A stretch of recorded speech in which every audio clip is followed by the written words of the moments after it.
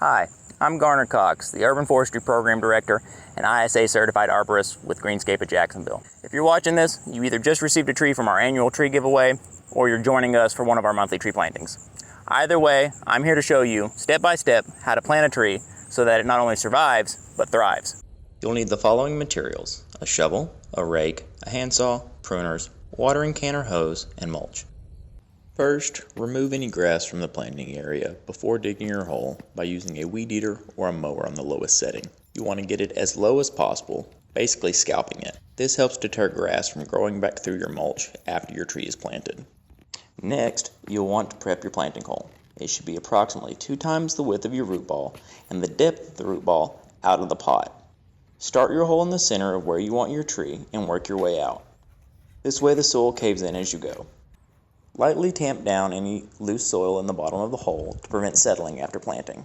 The next step is to prep your root ball. Sometimes you need to apply some pressure to loosen the root ball from the pot. After you get it out, you want to inspect it for circling roots. Circling roots should be shaved away using a handsaw to encourage proper outward root growth. You want to shave off about a ½ inch to an inch from the bottom and all of the sides. Next, you'll want to expose the root flare. The root flare is the part of the tree where the trunk transitions into the root zone. This part of the tree should be level with the ground. This ensures that the tree isn't planted too deeply.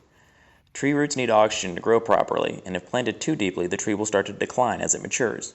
Note that some species have more noticeable root flares than others. If your tree lacks a prominent root flare, look for the first protruding root from the trunk.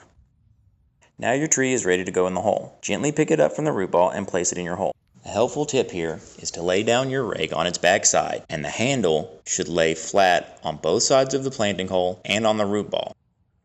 You want to center it in the hole and make sure the trunk is perpendicular to the ground. Having someone to help hold the trunk straight is helpful at this point.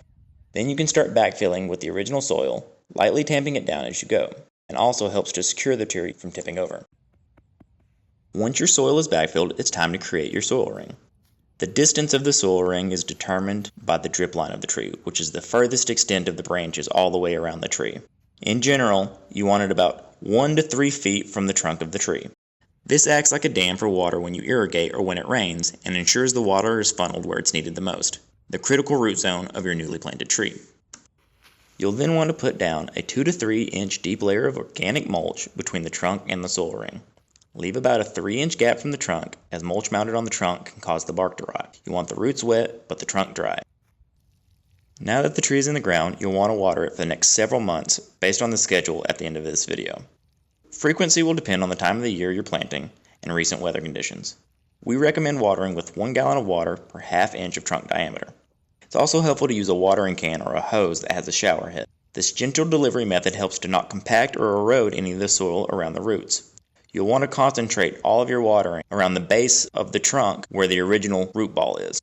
Watering your tree after planting is vital for its survival. For additional information, check out these links on tree care for homeowners from the IFAS Extension Office and the ISA.